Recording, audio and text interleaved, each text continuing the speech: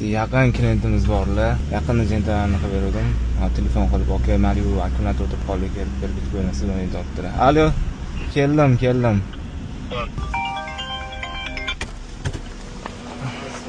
Salom. Aka.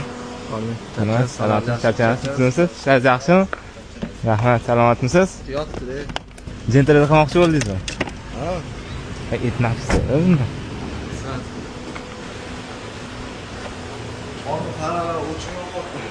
O'chganida akkumulyator nol bo'lib qolganda. Nol o'tiring.